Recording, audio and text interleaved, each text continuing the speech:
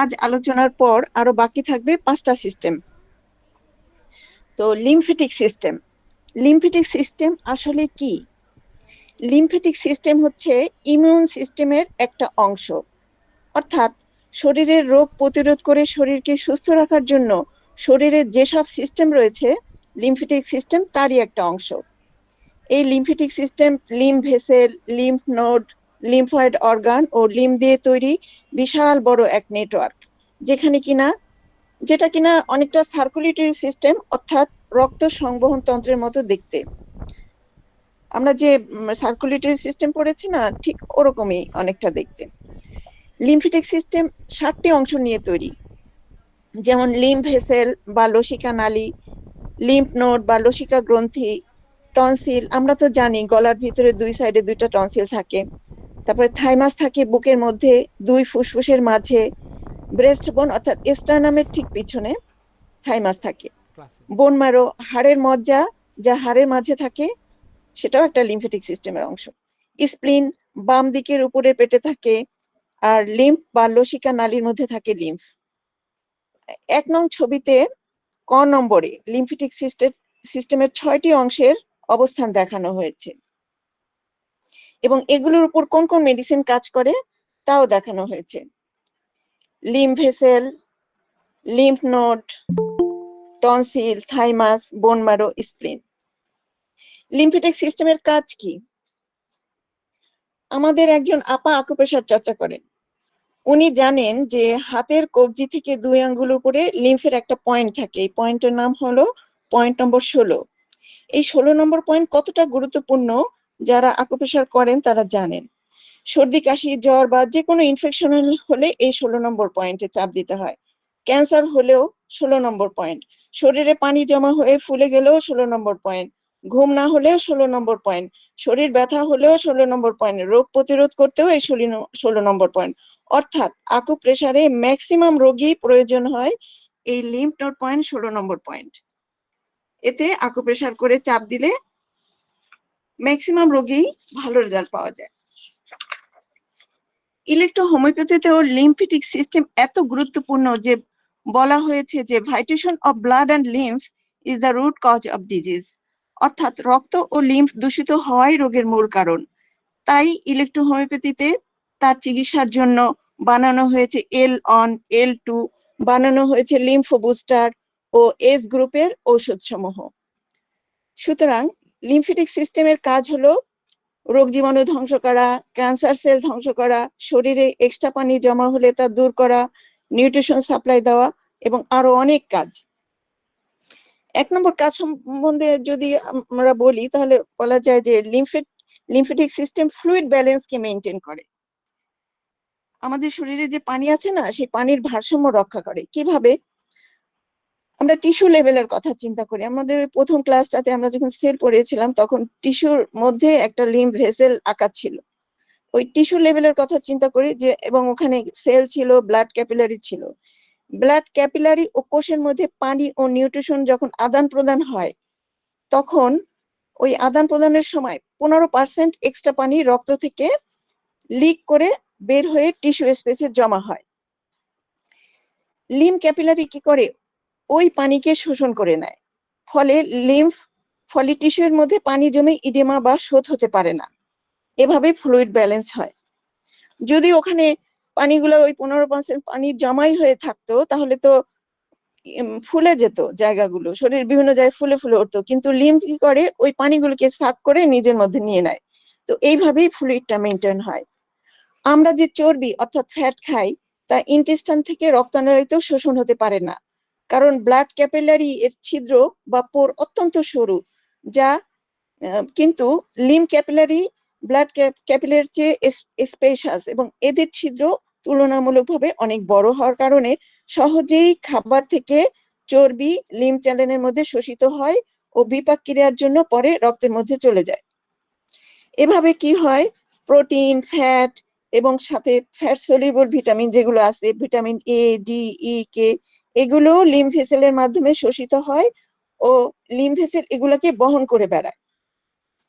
তো আগে ভাবতাম যে ওই যে আমাদের ওবেসিটি ট্রিটমেন্টের সময় L on 200X কেন দেয়? তো এখন বুঝতে পারছি যে এই যে L on 200X এটা ওই যে লিম্ফের সাথে সম্পর্কিত।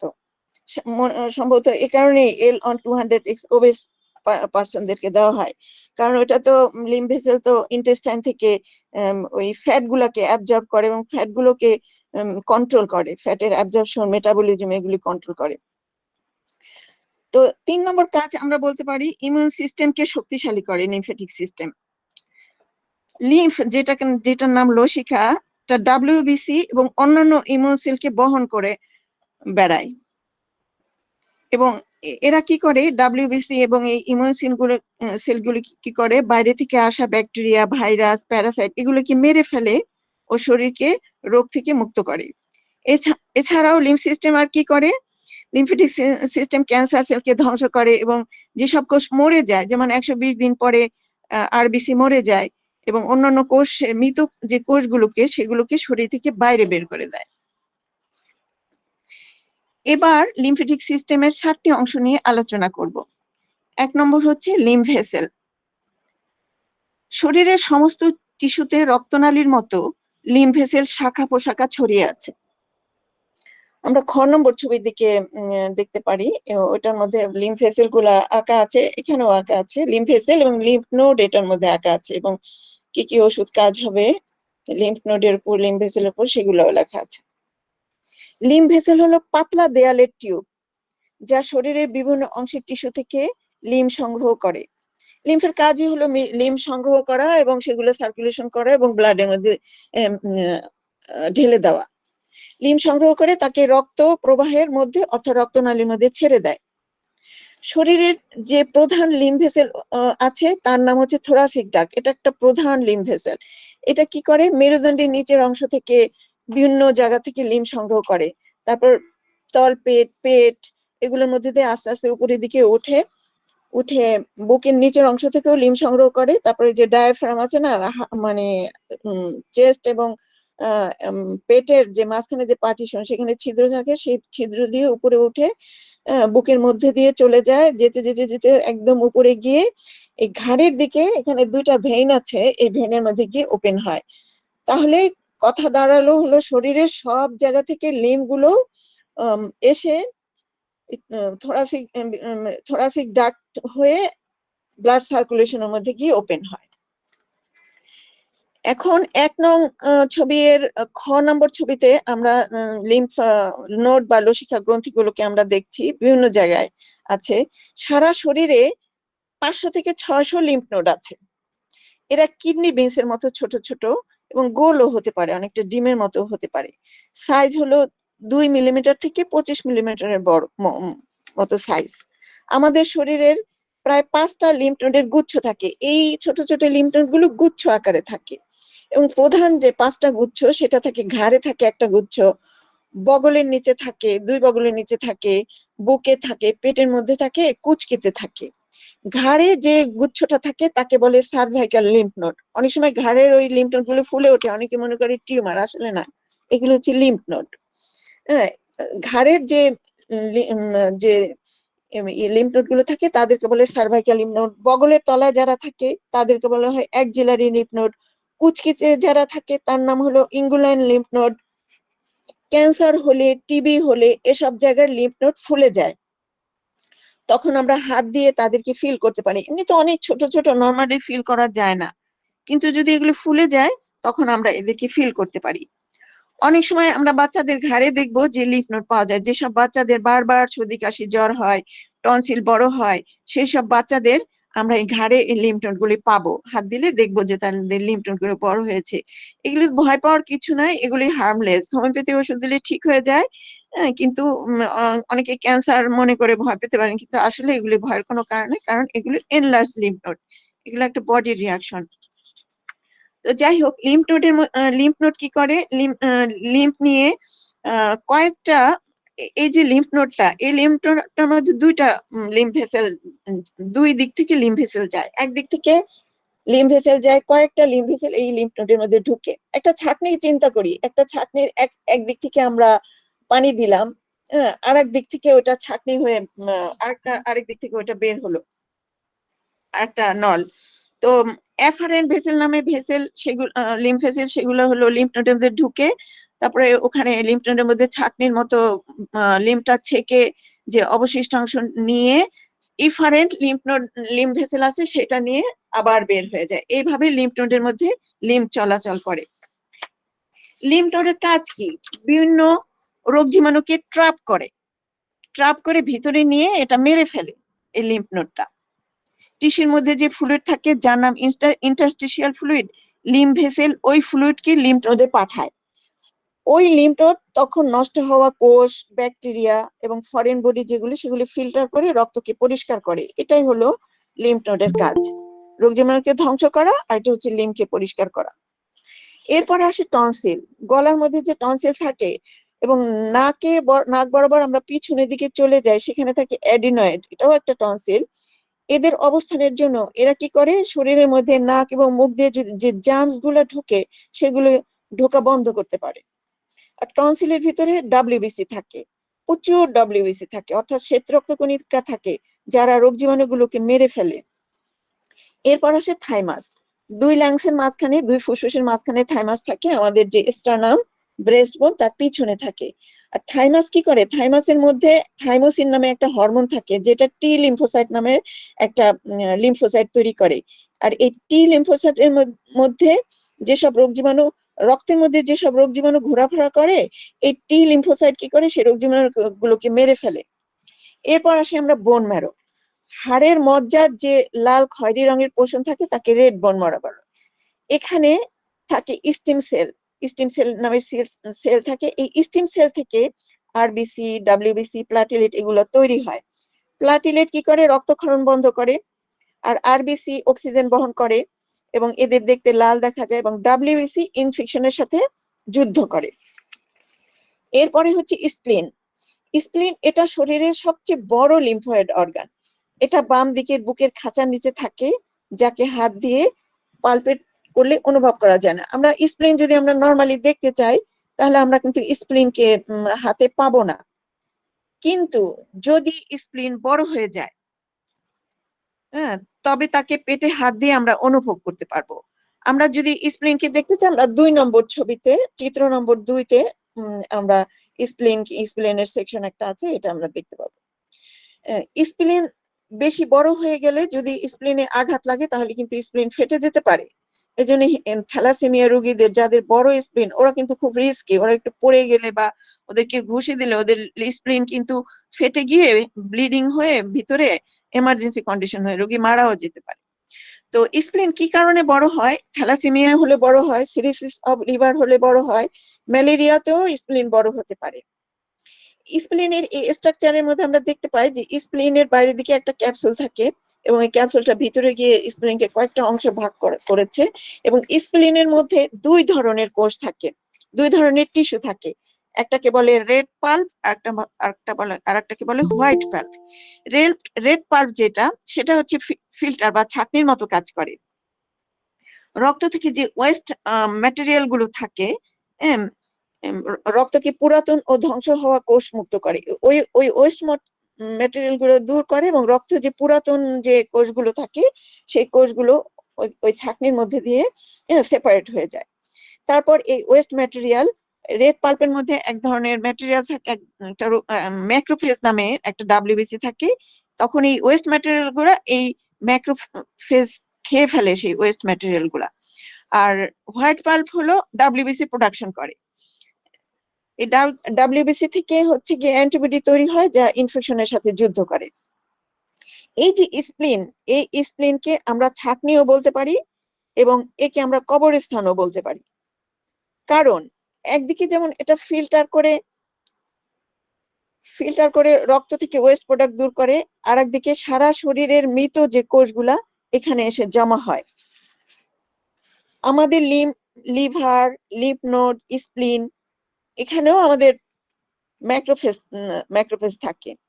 এই ম্যাক্রোফেজকে আমরা খাদক বন্ধু বলতে পারি। এই বন্ধু যত স্ট্রং হবে আমাদের ইমিউনিটি তত স্ট্রং হবে। এসব ম্যাক্রোফেজ কি করে, যা তা খায়। যেমন বাইরের খোলামেলা পুরাতন বাসি জিনিস এরকম যারা খায়, অনেক বন্ধুরা খেয়ে থাকে, এই ম্যাক্রোফেজ কি করে, বাইরে সিঙ্গারা সমুচার মতো এরা কি করে, বাইরে থেকে আসা ব্যাকটেরিয়া, ভাইরাস, প্যারাসাইট এগুলো খায় এবং শরীরে পুরাতন হয়ে ভেঙে যাওয়া রক্তকোষ খায়, ক্যান্সার সেল খায়, পুঁজ খায়। এভাবে বিভিন্ন ধরনের পচা জিনিস খেয়ে খেয়ে আমাদের শরীরকে পরিষ্কার রাখে। তাহলে এটা আমাদের কত বড় বন্ধু ম্যাক্রোফেজ। এসব খেয়ে খেয়ে হজম করে এরা যে শক্তি সঞ্চয় করে তা নিয়ে আবার নতুন করে কাজ করার জন্য প্রেরণা পায়। আগে ভাবতাম যে 120 দিন পর পর তো আমাদের রক্তের আরবিসি গুলো ভেঙে যায় এবং আরবিসি গুলোর মৃত্যু হয় এবং ওই স্প্লিনের মধ্যে এগুলোর কবর হয়, কিন্তু এরপরে কোথায় যায়? কিন্তু এই সিস্টেম যদি চলতেই থাকে তাহলে কি হতো? এই আরবিসি, মৃত আরবিসি গুলো জমা হতে হতে স্প্লিন একসময় বিশাল বড় হয়ে যেত, কিন্তু তা হয় না এই ম্যাক্রোফেজের কারণে। এই ম্যাক্রোফেজ কি করে, ওই মৃত আরবিসি গুলোকে খেয়ে ফেলে। ক্যান্সার সেল, ইনফেকশনের জন্য যে ইনফেকশন করে যে সেল, সেগুলা খাওয়ার পাশাপাশি ওরা আরবিসি গুলোকেও খেয়ে ফেলে ওরা। তারপর এভাবে আমাদের আমরা রোগমুক্ত হই। তো এবার এ পর্যন্তই মোটামুটি লিম্ফেটিক সিস্টেমের আলোচনা। এবার লিম্ফেটিক সিস্টেমে কি কি রোগ হতে পারে সেটা একটু বলি। এক হচ্ছে লিম্ফেডেনোপ্যাথি হতে পারে। লিম্ফেডেনোপ্যাথি মানে লিম্ফ নোড গুলো বড় হয়ে যাওয়া। এটা বড় হতে পারে ব্যাকটেরিয়া, ভাইরাস, ফাঙ্গাস, এগুলো ইনফেকশনের জন্য বড় হতে পারে। তারপর ক্যান্সার হলেও বড় হতে পারে, টিবি হলেও বড় হতে পারে। এবং আর একটা হচ্ছে লিম্ফেডেনাইটিস। লিম্ফেডেনাইটিস হচ্ছে ইনফ্লামেশন হয়ে যায়। ইনফ্লামেশন হয়ে গেলে কি হবে, ইনফ্লামেশনের সাথে ব্যথা হবে, ফুলে যাবে, তখন রোগীর জ্বরও আসতে পারে। তো আমার মনে পড়ে 7-8 বছর আগে একটা 10-12 বছরের একটা ছেলের এরকম হয়েছিল। অ্যান্টিবায়োটিক খেয়েছিল, তাও ভালো হয়নি। কয়েকবার অ্যান্টিবায়োটিক খেয়েও ভালো হয়নি। তো আমার মনে পড়ে অনেক আগে তো টিবারকুলিনাম তো দিয়েছিলামই, সম্ভবত কার্বোঅ্যানিউলিস দিয়েছিলাম। তো ওই বাচ্চাটা 7 দিনের মধ্যে সব ঠিক হয়ে গেছে, ফোলা ব্যথা সবই ঠিক হয়ে গেছে। তো তখন আশ্চর্য হয়ে গেছিলাম কি ব্যাপার। আরেকটা হচ্ছে লিম্ফোমা হতে পারে। লিম্ফোমাটা হলো একটা লিম্ফোনোডের ক্যান্সার। এটা বিভিন্ন টাইপের, 2 টাইপের হয়। হজকিন্স লিম্ফোমা, আমরা অনেক সময় শুনি যে হজকিন লিম্ফোমা হয়েছে, নন হজকিন লিম্ফোমা হয়েছে। তো হজকিন লিম্ফোমাটা একটা প্রগনোসিস ভালো। যাই হোক, এই লিম্ফোমা হলে আমরা কিভাবে বুঝবো? জ্বর থাকবে, লিম্ফ নোড সোয়েলিং থাকবে এবং লিম্ফ নোড গুলা ব্যথা থাকবে না, পেইনলেস লিম্ফ নোড থাকবে এবং জ্বর থাকবে, ওজন কমে যাবে, রাতে ঘাম হবে, এবং ঘাড়, গ্রয়েন এবং একজিলা এগুলোতে লিম্ফ নোড গুলো ফুলে যাবে। আর একটা হচ্ছে মানে লিম্ফেটিক ফাইলেরিয়াসিস। ফাইলেরিয়াসিস একটা প্যারাসাইট যেটা হলো মশার কামড়ের মাধ্যমে ছড়ায়। এটাকে বলে গোদ রোগ। পা একদম ফুলে যায়, পায়ের ওখানে লিম্ফেটিক অবস্ট্রাকশন হয়ে যায়। ফাইলেরিয়ার যে ওয়ার্ম সেটা কি করে, পায়ের ওখানে গিয়ে অবস্ট্রাকশন হয়ে ইডিমা করে, এটাকে গোদ রোগ বলে। এরপর আছে স্প্লেনোমেগালি, স্প্লেনটা বড় হয়ে যায়। আর টনসিলাইটিস তো আমরা জানি। আরেকটা রোগের নাম হচ্ছে লিম্ফ্যানজিওমা। এটা হলো নন ক্যান্সারাস এবং এটা ফ্লুইড জমা হয়ে যায়। এই ফ্লুইড গুলো লিম্ফ ভেসেলের মধ্যে জমা হয়ে যায়। আর এটা হচ্ছে লিম্ফোসাইটোসিস। আমরা অনেক সময় রক্ত টেস্ট করাই না, তখন দেখি লিম্ফোসাইট কত, মনোসাইট কত, ইউসিনোফিল। লিম্ফোসাইট যদি অনেক বেড়ে যায় তখন এটাকে বলি লিম্ফোসাইটোসিস। তো এটা কি কারণে হতে পারে? ক্যান্সারে হতে পারে, ইনফেকশনও হতে পারে, অটোইমিউন ডিজিজে হতে পারে লিম্ফোসাইটোসিস। আর এটা হচ্ছে লিম্ফেডিমা, শরীরের বিভিন্ন জায়গায় লিম্ফ জমা হয়ে হয়ে ফুলে ফুলে যেতে পারে। অনেক সময় দেখা যায় ব্রেস্ট ক্যান্সার হলে, ক্যান্সার অপারেশন হওয়ার পরে, কেমোথেরাপি দেওয়ার পরে হাত ফুলে যায়, একজিলা ফুলে যায়, বুকের বিভিন্ন অংশে ফুলে যায়। এগুলো হচ্ছে লিম্ফ ইডিমা হয় আর কি, লিম্ফেডিমা হয়। একটা হচ্ছে আনকমন ডিজিজ আছে, এটার নাম হচ্ছে অটোইমিউন লিম্ফোপ্রলিফারেটিভ সিনড্রোম। এটা রেয়ার, এটা জেনেটিক ডিজিজ। এখানেও লিম্ফোসাইট বেড়ে যায় এবং লিম্ফ নোড এবং স্প্লিন এটা বড় হয়ে যায়। তো ইলেকট্রোহোমিওপ্যাথির কোন মেডিসিন লসিকা তন্ত্রের কোন অংশের উপর কাজ করে? আহ এসন, এলন তো থাকবেই, এসনটাও কিন্তু লিম্ফের উপর কাজ করে। সুতরাং লিম্ফ ভেসেলের উপর এলন এসন, লিম্ফ নোডের উপর এলন এসন, টনসিলের উপর হলো এলন এসন। সাথে সাথে আমরা টনসিলের গলার জন্য C13 থাকবে, ওখানে A2 থাকবে, ওখানে ওয়েস্ট প্রোডাক্ট দূর করার জন্য। যেহেতু এটা টনসিলটা আপার রেসপিরেটরি একটা অংশ, এখানে P1 ও কাজ করে, ইনফেকশনের জন্য C5। থাইমাসেও তো একটা লিম্ফয়েড টিস্যু, সেজন্য এলন এসন। বোন ম্যারোটাও এলন এসন এবং বোন ম্যারোতে C4 কাজ করে। স্প্লিনটাও স্প্লিনের উপরে Elon S5C5 F1 S10, thoracic ডাক্টের উপরে S10 C10 F1 এলন, এইভাবে। তারপরে আমরা selection of remedy of lymphatic system কিভাবে সিলেকশন করব? আমরা দেখব ফাংশনাল রেমেডি আমরা কি নিতে পারি, কোন জায়গার রোগটা, সেই হিসাবে আমরা সিলেক্ট করব। টিস্যু রেমেডি কি হতে পারে সেটা সিলেক্ট করব। সাপোর্টিং রেমেডি আমরা এই গ্রুপের একটা ওষুধ দিব, যেহেতু লিম্ফ নোড সেহেতু এলন তো দিতেই হবে। তার পেইন থাকলে ফোন দিব, ভার অন ভেন হন, এগুলো জেনেটিক্যালি যদি থাকে তাহলে ভেন অন দিব, ভার অন দিব ইনফেকশনের জন্য। ইলেকট্রিসিটিও আমরা সিলেক্ট করব, যদি ক্যান্সার হয় জি দিব, যদি এরকম আর কি। তো হাই পটেন্সি 10,000 আমরা লিম্ফ গ্ল্যান্ডের বৃদ্ধি হলে আমরা এসনটা হাইপোটেন্সি ব্যবহার করতে পারি। রোগ প্রতিরোধ ক্ষমতা বাড়ানোর জন্য আমরা এসনটাকে হাইপোটেন্সি ব্যবহার করতে পারি। তো এই হলো লিম্ফেটিক সিস্টেমের সম্বন্ধে সংক্ষিপ্ত আলোচনা।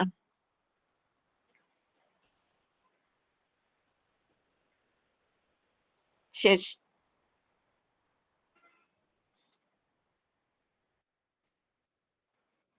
জি। হ্যাঁ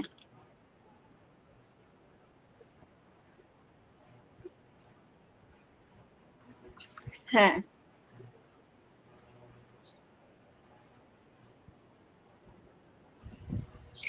S2টা হচ্ছে গ্ল্যান্ডুলার অর্গান, গ্ল্যান্ড যে সিক্রেশন করে, হ্যাঁ এইটা। তো যেসব জায়গায় আমরা গ্ল্যান্ডুলার সিক্রেশন দেখতে পাবো সেখানে আমরা মানে S2টা আসতে পারে, কিন্তু এখানে তো আমরা যে এন্ডোক্রাইন গ্ল্যান্ড বলি, এটা হচ্ছে অন্তঃস্রাবী গ্ল্যান্ড, ভিতরে হলো সিক্রেট করে, কিন্তু স্প্লিনটা তো ওইভাবে কিছু ওইভাবে সিক্রেট করে না, তাও দেওয়া যায়। আম, দিয়েছেন। হুম হুম।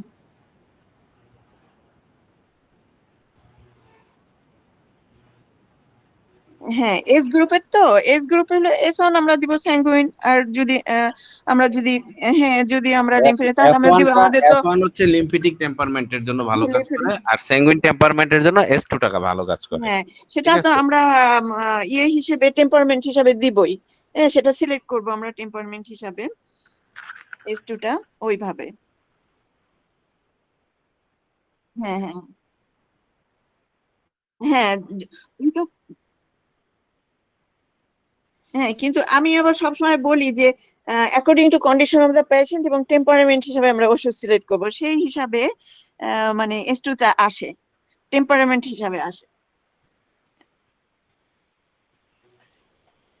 জি, ধন্যবাদ সামা ম্যাডামকে। আজকে আমাদের লিম্ফেটিক সিস্টেম নিয়ে একটা সুন্দর আলোচনা হয়েছে। আচ্ছা, যাই হোক, আমি এখন ম্যাথমেটিকে নিয়ে একটু আলোচনা করব। আমাদের এস গ্রুপে যে মেডিসিন ভেষজ গুলো ছিল, সেই ভেষজ গুলো নিয়ে আমাদের সার্বিক আলোচনা হয়েছে, এবং আমাদের মূল মেডিসিন স্ক্রা স্ক্রোফলোসো ওয়ান, স্ক্রোফলোসো ওয়ানের মেডিসিনটা নিয়ে আমরা মূলত অনেক আলোচনা করে ফেলছি।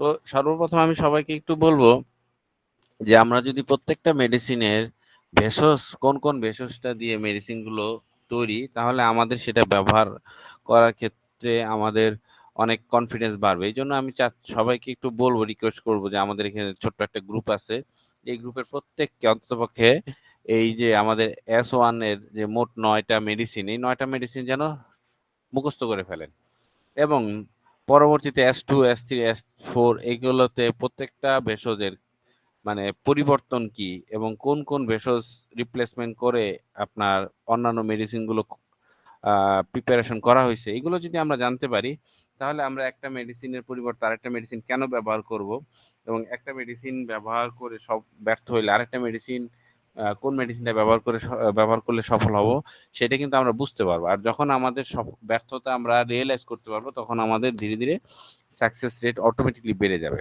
এই জন্য আমি সবাইকে বলবো যে আপনারা অন্ততপক্ষে একটু পড়ালেখা করবেন। আমি জানি না আপনারা শুধু মানে এই 7 দিনের মধ্যে এই এই ক্লাসে 2টা দিনই মানে কষ্ট করে হাজির হন, বাট বাকি সময়টুকু আপনারা একটু পড়ালেখা করেন কিনা একটু চেষ্টা করবেন, একটু পড়ালেখা করার জন্য। তাহলে হয়তোবা আমরা যদি নিজেদের স্কিল ডেভেলপমেন্ট করতে পারি, তাহলে আমরা এই সিস্টেমটাকে নিয়ে সামনের দিকে এগোতে পারবো। কারণ বাংলাদেশে আমরাই এই ইলেকট্রো ন্যাচুরোপ্যাথির হচ্ছে ফার্স্ট জেনারেশন। হুম। তো ফার্স্ট জেনারেশন হিসাবে আপনি যদি এই সিস্টেমটাকে সাপোর্ট দিয়ে যেতে পারেন, তাহলে পরবর্তী জেনারেশন গুলো আপনাকে মনে রাখবে। হুম। আমাকে মনে রাখবে, আপনাকে মনে রাখবে, আমাদেরকে মনে রাখবে যে হ্যাঁ, আমরা এই সিস্টেমটা নিয়ে বাংলাদেশে একসময় সবাই কাজ করেছি। ঠিক আছে? আর যদি আমরা ফাঁকি ঝুঁকি দেই তাহলে আমাদের মানুষ মনে রাখবে না। এজন্য আমরা একটু চেষ্টা করি যে কিছু সময় আমরা একটু পড়ালেখা করি, কিছু সময় আমরা এই জিনিসগুলো নিয়ে চর্চা করি। ঠিক আছে? তা আমি ৯ টা ভেষজ নিয়ে আরেকটু আলোচনা করব আজকে, মানে ভেষজ একটু নামটা আমি একটু আরেকবার আপনাদের সাথে শেয়ার করতেছি। আপনারা একটু মিলিয়ে নেন। তাহলে আমাদের এখানে মূল মেডিসিন গুলো কি, কি? আমাদের খুবই কমন মেডিসিন যেগুলো আমরা খুবই কমনলি ইউজ করি সেটা হচ্ছে ক্যামোমিলা। আমাদের এই গ্রুপের সবচেয়ে কমন মেডিসিন হচ্ছে ক্যামোমিলা। হ্যাঁ? মেট্রিকেরি ক্যামোমিলা। তাহলে আমাদের এই S1 এর মূল মেডিসিন, যদিও আমরা বলি নাক্স ভূমিকা, কিন্তু আমাদের মনে রাখতে হবে কোন কোন মেডিসিনের এখানে উপস্থিত আছে। তো ক্যামোমিলার পরে আমরা মনে রাখবো হাইড্রাস্টিস ক্যানাডেন্সিস। হাইড্রাস্টিস ক্যানাডেন্সিস আমাদের হোমিওপ্যাথিতে একটি খুবই গুরুত্বপূর্ণ এবং জনপ্রিয় একটা মেডিসিন। হ্যাঁ, তো এটা যদি আপনি মনে রাখেন, আস্তে আস্তে অন্যান্য মেডিসিনের গুরুত্বটা আপনারা মানে বোঝার চেষ্টা করবেন। তো আমরা প্রথমে দেখলাম ক্যামোমিলা, তারপরে একটা হচ্ছে হাইড্রাস্টিস ক্যানাডেন্সিস, এবং তৃতীয় আমি আপনাকে অবশ্যই বলবো আপনি নাক্স ভূমিকার নামটা মনে রাখেন। ঠিক আছে? নাক্স ভূমিকা, কারণ নাক্স ভূমিকা এই ওষুধটার প্রাণ। কারণ এই ওষুধটাকে অন্য স্ক্রোফলোসো গ্রুপের যে অন্যান্য মেডিসিনকে আলাদা করার জন্য আপনাকে এই নাক্স ভূমিকাকে অবশ্যই মনে রাখতে হবে যে S1 এর প্রাণ হচ্ছে নাক্স ভূমিকা। আর বাকি ৮টা যে ভেষজ আছে সেই ভেষজগুলো অন্যান্য আমাদের মেডিসিনগুলোর মধ্যেও আছে, বাট রেশিওটা পরিবর্তন হয়েছে। তো আমরা ৩টা মেডিসিন মনে রাখলাম, হাইড্রাস্টিস, ক্যানাডেন্সিস, ক্যামোমিলা এবং নাক্স। এরপরে আপনার অন্যান্য যে ভেষজগুলো এখানে ব্যবহার করা হয়েছে সেগুলোকে অবশ্যই মনে রাখবেন, এবং প্রত্যেকটা মেডিসিন ভেষজ যে ম্যাথমেটিকা পড়ে এর গুরুত্বটা একটু বোঝার চেষ্টা করবেন। ঠিক আছে? তো এর মধ্যে আছে আমাদের ককলেরিয়া অফিসিনালিস, তারপরে নস্ট্রিটিয়াম অফিসিয়ালিস, তারপরে স্ক্লোফুলারিয়া নোডোসা, তারপরে সিমলাক্স মেডিকা, এরপরে তুলসী লাগো ফারফারা এবং ভেরোনিকা অফিসিনালিস। এই টোটাল ৯টা ভেষজ নিয়ে কিন্তু আমাদের এই S1টা প্রস্তুত করা হয়েছে। তো এটা নিয়ে আমরা গত সপ্তাহে প্রচুর আলোচনা করছি। এটার চিফ অ্যাকশনটা কোথায়? চিফ অ্যাকশন হচ্ছে ডাইজেস্টিভ সিস্টেম। ডাইজেস্টিভ সিস্টেমে এটার চিফ অ্যাকশন। ওকে? হুম। এবং পরবর্তীতে এটা ইমিউনিটি সিস্টেমের উপর ব্যাপক কাজ করে। প্রথমে যে ডাইজেস্টিভ সিস্টেম, দ্বিতীয় হচ্ছে ইমিউনিটি সিস্টেম, তৃতীয় হচ্ছে এটা নার্ভাস সিস্টেম, চতুর্থ হচ্ছে এটা রেসপিরেটরি সিস্টেম। এই চারটা সিস্টেম এটা চিফলি কাজ করে। বাট বাকি সিস্টেমে যে কাজ করে না তা না। আমাদের এস গ্রুপের মেডিসিন প্রত্যেকটা সিস্টেমের উপরেই কিন্তু কম বেশি কাজ করে। ওকে? আচ্ছা। তা আমাদের প্রত্যেকটা সিস্টেমে কোন কোন তন্ত্রে কি কি কাজ করে আমরা গত সপ্তাহে এটা নিয়ে ব্যাপক আলোচনা করেছি। আজকে আর এই বিষয়টা নিয়ে আলোচনা করব না, আমরা একদম ডাইরেক্ট এই মেডিসিনটার মূল আলোচনায় চলে যাই। ঠিক আছে? ওকে? এটা কোথায় কোথায় কাজ করে আমরা এটা নিয়ে আলোচনা করছি। ঠিক আছে? এটা আমাদের পুরা endocrinal gland, metabolism, cerebrum, spinal cord, larynx, gum, চোখ, tonsil, liver, spleen, pancreas, duodenum, jejunum, hmm, colon, তারপর larynx, rectum, oral cavity, skin. Skin বলতে আমাদের সুপারফিশিয়াল লেয়ারের উপরে স্কিনটা কাজ করে। ডিপ লেয়ারের জন্য আমাদের অন্যান্য ভেষজগুলোকে ব্যবহার করে অন্যান্য মেডিসিনগুলো তৈরি করা হয়েছে। ইসোফেগাস, এই সকল জায়গায় এটা কাজ করে, এবং এটার মূল কাজ হচ্ছে ব্যাকটেরিয়া এবং ফাঙ্গাসকে ধ্বংস করা। অনেকটাকে আমরা বলছি যে আমরা একটু আগে স্টাডি করলাম যে লিম্ফেটিক সিস্টেম কি করে? লিম্ফেটিক সিস্টেম ব্যাকটেরিয়া এবং ফাঙ্গাসকে ধ্বংস করে। ঠিক আছে? তো লিম্ফেটিক সিস্টেম যেমন ব্যাকটেরিয়া ফাঙ্গাসকে ধ্বংস করে, ঠিক সেই কাজটা করার জন্য সবচেয়ে সহায়ক ভেষজ মেডিসিন হচ্ছে আমাদের এই S1। ঠিক আছে? যদিও স্পেশালি আমাদের L1টা তৈরি করা হয়েছে, বাট S1 কে সাপোর্ট দেওয়ার জন্য L1টাকে তৈরি করা হয়েছে। L1 কে সাপোর্ট দেওয়ার জন্য কিন্তু S1 তৈরি হয় নাই। এই জিনিসটা মনে রাখবেন। ঠিক আছে? ইলেকট্রোন্যাচুরোপ্যাথির সকল ঔষধের অ্যাগ্রাভেশনকে নিয়ন্ত্রণ করার জন্য আপনার এই S1টাকে ব্যবহার করা হয়ে থাকে। এবং যে কোনো আপনার কমিউনিটি ডিজিজকে প্রতিরোধ করার জন্য, কমিউনিটি বলতে যেগুলো সংক্রামক ব্যাধি, সেগুলোকে প্রতিরোধ করার জন্য আপনি যদি তাকে অগ্রিম S1 প্রয়োগ করে ফেলেন, যেমন করোনা একটা সংক্রামক ব্যাধি, আপনি যদি আপনার ঘরে প্রত্যেক ব্যক্তিকে আপনি S1 শুরুতে খাওয়ানো শুরু করেন, স্পেশালি যদি S1 এর পরিবর্তে আপনি জেনারেল টনিক খাওয়ান, তাহলে ইনশাল্লাহ আমি বলতে পারবো একটা সময় যে শুধু S1 আমাদের পুরো পরিবারকে প্রোটেক্ট করার ক্ষমতা রাখে, জেনারেল টনিক আমাদের পুরো পরিবারকে প্রোটেক্ট করার ক্ষমতা রাখে। ঠিক আছে? যখন আশেপাশে আপনি দেখবেন যে বসন্ত হইতেছে, ঠিক আছে, সর্দি ঠান্ডা লাগতেছে, ঠিক আছে, এবং যেই সকল আমাদের সংক্রামক ব্যাধি বলতে আমরা যা যা বুঝি, ঠিক আছে, ইভেন স্কিন ডিজিজও অনেক সময় সংক্রামিত হয়। সেই ক্ষেত্রেও যদি আপনি আপনার পরিবারকে মানে জেনারেল টনিকটা খাওয়ানো শুরু করেন, 15 দিন খাওয়ানোর পর ইনশাল্লাহ সে তার রোগ প্রতিরোধ ক্ষমতা বেড়ে যাবে এবং সে এই সংক্রামক ব্যাধি, দ্যাটস মিন কমিউনিটি ডিজিজ গুলো থেকে সে নিজেকে প্রোটেক্ট করবে। ঠিক আছে? এই সবকিছু বিবেচনা করেই কিন্তু আমরা এই আসনকে ইউনিভার্সাল রেমেডি বলে থাকি। যেখানে এটাকে আমরা 90% কেস সফল করার জন্য এটাকে একটা মাস্টার রেমেডি বলা হয়। হ্যাঁ, ইলেকট্রোন্যাচুরোপ্যাথি এমন একটা প্যাথি যেটা আমরা, এটার বিউটিটা হচ্ছে যে এই প্যাথিতে আপনাকে অনেক কিছু বিবেচনা করে ওষুধ প্রয়োগ করার দরকার নাই। হ্যাঁ, আমরা ছোটবেলায় শুনছি যে কোনো ডাক্তার একটা মাত্র ট্যাবলেট দিয়ে সব রোগীর চিকিৎসা করতো, মানে একটা কৌটা থাকতো তার, এলোপ্যাথিক সিস্টেমে, এলোপ্যাথিক ডাক্তার, হয়তো অন্য হোমিওপ্যাথি কিংবা অন্য প্যাথি না, যাই হোক। তো তারা কি করতো, কি হয়েছে মাথা ব্যথা, ওই ডিব্বার থেকে কয়টা বড়ি আর খাও, মাথা ব্যথা ভালো হয়ে যাবে। ঠিক আছে? কে মেসেজ করলো একটা? ওকে, আমাদের মিজানুর রহমান সাহেব একটু পারিবারিক সমস্যা আছে। ওকে, আপনি পরবর্তীতে আমাদের ক্লাসে অ্যাটেন্ড করেন। তো কি হয়েছে, পেট ব্যথা, তো ওই ডিব্বা থেকে নিয়ে আরো 2-4টা বড়ি দিয়ে দিল। কি হয়েছে, জ্বর, ওই ডিব্বা থেকে। মানে তার ওই একটা ডিব্বাই কিন্তু সমস্ত রুগীর চিকিৎসা দিত। জানি না এটা মানে এখন আমাদের কাছে রূপকথার গল্প মনে হয় যে একটা ঔষধ দিয়ে সকল রোগীর চিকিৎসা। হয়তোবা ওই সায়েন্সটা আমরা এখন হারাই ফেলছি, কিংবা হয়তোবা ওই সায়েন্সটা পরবর্তীতে আর আপডেট হয় নাই, যার কারণে ওই সায়েন্সটা হারিয়ে গেছে। কিন্তু আমাদের ইলেকট্রোন্যাচুরোপ্যাথিতে কিন্তু এই S1টাকে আপনি সেই মানে রূপকথার চিকিৎসার সাথে আপনি ম্যাচিং করতে পারবেন। এটাকে আপনি ওই যে কোনো রোগী হোক না কেন, আপনি তাকে যদি S1 প্রয়োগ করেন, তাহলে দেখবেন যে এই রোগী হয়তোবা কিছু সময় নিয়ে হলেও আমাদের সেই রোগ থেকে মুক্তি লাভ করবে। দেখেন, আমরা যারা হোমিওপ্যাথিক আমরা সবাই জানি আমাদের রোগ ভালো করার একমাত্র উপায় হচ্ছে আমাদের ভাইটাল ফোর্সকে ইনফ্লুয়েন্স করা, ভাইটাল ফোর্সকে স্ট্রং করা। আর ভাইটাল ফোর্স এমন একটা জিনিস আমাদের বডি, যেটা কিনা আমাদের শরীরের সকল প্রকার রোগকে আরোগ্য করার ক্ষমতা রাখে। তো ভাইটাল ফোর্সকে যদি আপনি মানে বুঝতে পারেন, ভাইটাল ফোর্সকে যদি আপনি বুস্ট করতে পারেন, তাহলে রোগ যেই নামে আসুক না কেন আপনার চিকিৎসা ভাইটাল ফোর্সই করে দিবে। আপনার ওষুধের কাজ হচ্ছে জাস্ট ভাইটাল ফোর্সকে পুশ করা। হ্যাঁ, আমাদের হোমিওপ্যাথি কিন্তু তাই বলে, হোমিওপ্যাথির কোনো ঔষধ সরাসরি রোগ আরোগ্য করতে পারে না, তার কাজ হচ্ছে ভাইটাল ফোর্সকে সাপোর্ট করা। জানি না, এখন তো অনেক হোমিওপ্যাথিরা তাদের মানে চিন্তা ভাবনা একটু ব্যতিক্রম ভাবে করে, বাট হোমিওপ্যাথিক ফিলোসফি কিন্তু তাই বলে যে আমাদের হোমিওপ্যাথিতে রোগ আরোগ্য করার ক্ষমতা রাখে একমাত্র ভাইটাল ফোর্স।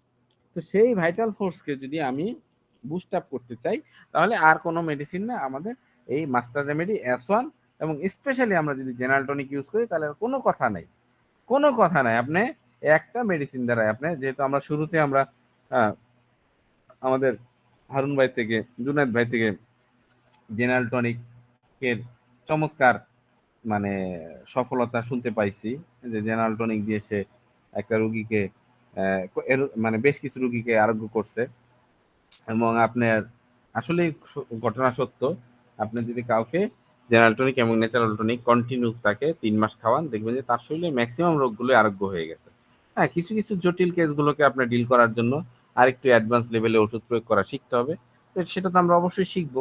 বাট আমাদের জেনারেল স্টেজে একদম যে কিছুই জানে না, তার হাতে যদি আপনি শুধু জেনারেল টনিকটা তুলে দেন, তাহলে সে তার চিকিৎসা ক্ষেত্রে খুবই সফলতা অর্জন করতে পারবে।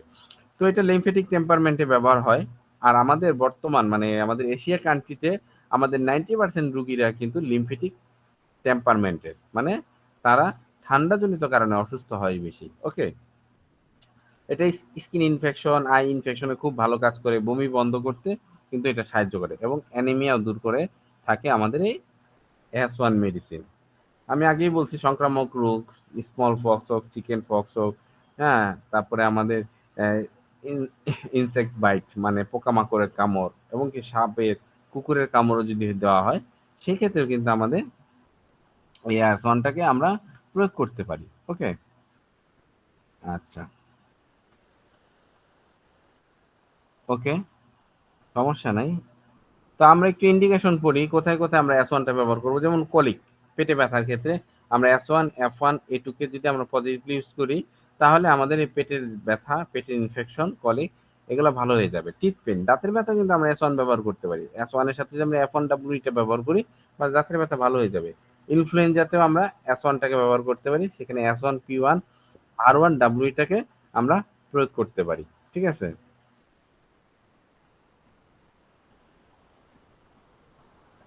ওকে, আচ্ছা, তারপরে আমরা যদি দেখি ভিটামিনের ডিফিসিয়েন্সি, সেটা ভিটামিন, যে কোনো ভিটামিনই হোক, স্পেশালি যদি ভিটামিন সি হয়, সেখানে কিন্তু S1, L1, A3 প্রয়োগ করলে তাদের ভিটামিনের ডিফিসিয়েন্সি রিকভার হয়ে যাবে। হারপিস জোস্টারও যদি আমরা S1C5W প্রয়োগ করি নেগেটিভে, তাহলে স্যার, হারপিস জোস্টারও আরোগ্য লাভ করবে। ইয়েস, স্যার, আসসালামু আলাইকুম স্যার, আমার একটা প্রশ্ন ছিল। হুম হুম, কুইক। স্যার, আমি দেখলাম স্যার, এই যে আমাদের যে 8টা গ্রুপের যে মেডিসিন আছে, এগুলো সবগুলোর প্রথম মেডিসিন গুলা দিয়ে একটা মাল্টিভিটামিন ভিটামিন তৈরি হয়, এটা মাল্টিভিটামিন 2। তাহলে স্যার মাল্টিভিটামিন 1 কোনটা sir? Synthesis, synthesis. Synthesis sir, hmm, শুধুই সিনথেসিস? সিনথেসিসে ডাব্লিউ অ্যাড আচ্ছা, করে দিতে, ডাব্লিউ ডাব্লিউ অ্যাড করে দিতে হবে। জি স্যার। ডাব্লিউ এর কি স্যার জেনারেল টনিক দেখলাম, জেনারেল টনিকে দেখলাম কয়েকটা মেডিসিন দিছে, এটারে আপনার মাল্টিভিটামিন দিল। আরে এগুলো কিছুই না, এগুলো এক একজনের এক এক থিওরি, প্রয়োগ করো সবই ভিটামিন। আমাদের প্রত্যেক ইলেকট্রোন্যাচুরোপ্যাথির প্রতিটা মেডিসিনই আমাদের ভিটামিনের ঘাটতি পূরণ করে। ওকে, আর S1 একাই স্যার, আর যে S1 একাই সকল ভিটামিনের ঘাটতি পূরণ করবে। জি স্যার, মাল্টিভিটামিনটা কি কি কাজে লাগে স্যার? মাল্টিভিটামিন আমাদের শরীরে যে এত বিভিন্ন ধরনের ভিটামিন গুলো আছে, vitamin A, vitamin B, vitamin C, vitamin D, হ্যাঁ, ভিটামিন কে, এই স্যার, ধরনের এটা সকল ভিটামিন, এটা কোন সব রোগ, ধরনের সব ভিটামিন। রোগের জন্য দেওয়া যাবে স্যার? হ্যাঁ হ্যাঁ, সব রোগের সব দেওয়া যাবে। রোগের জন্য দেওয়া হ্যাঁ যাবে? হ্যাঁ হ্যাঁ। আজকে আমাদের তারপরে বুয়ার প্রচন্ড মাথা ঘুরানি ছিল, প্রেসার হয়ে গেছিল 80/40।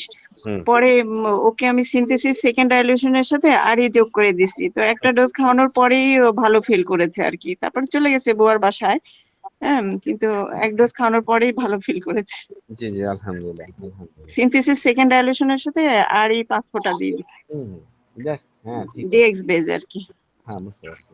ওকে, এরপরে আমাদের S1টা কিন্তু একাই প্যারালাইসিস আরোগ্য করতে পারে। আপনি S1D4 যদি আপনি প্রয়োগ করে থাকেন, প্যারালাইসিস যদি একুইট প্যারালাইসিস হয়, দেখবেন যে আপনি 24 ঘন্টার মধ্যে রিকভার হয়ে গেছে। আর যদি ক্রনিক স্টেজ হয়, সেক্ষেত্রে আপনি যদি S1টাকেও আপনি যদি কন্টিনিউ প্রয়োগ করেন, তবে রোগী রিকভার হওয়া শুরু করছে অবশ্যই। ঠিক আছে? আর এর সাথে যদি আপনি অন্যান্য মেডিসিন অ্যাড করতে পারেন, তাহলে তো কোনো কথাই নেই। ঠিক আছে? তারপরে ঘামাচি রোগীর ক্ষেত্রে কিন্তু S1, S5W নেগেটিভ প্রয়োগ করতে পারেন। ইনসোমনিয়া, যাদের ঘুম হয় না, সেক্ষেত্রে কিন্তু আপনি S1টাকে প্রয়োগ করতে পারেন। ওকে, টনসিলাইটিস, সেক্ষেত্রেও আপনি S1C13A1P2B নেগেটিভে প্রয়োগ করতে পারেন।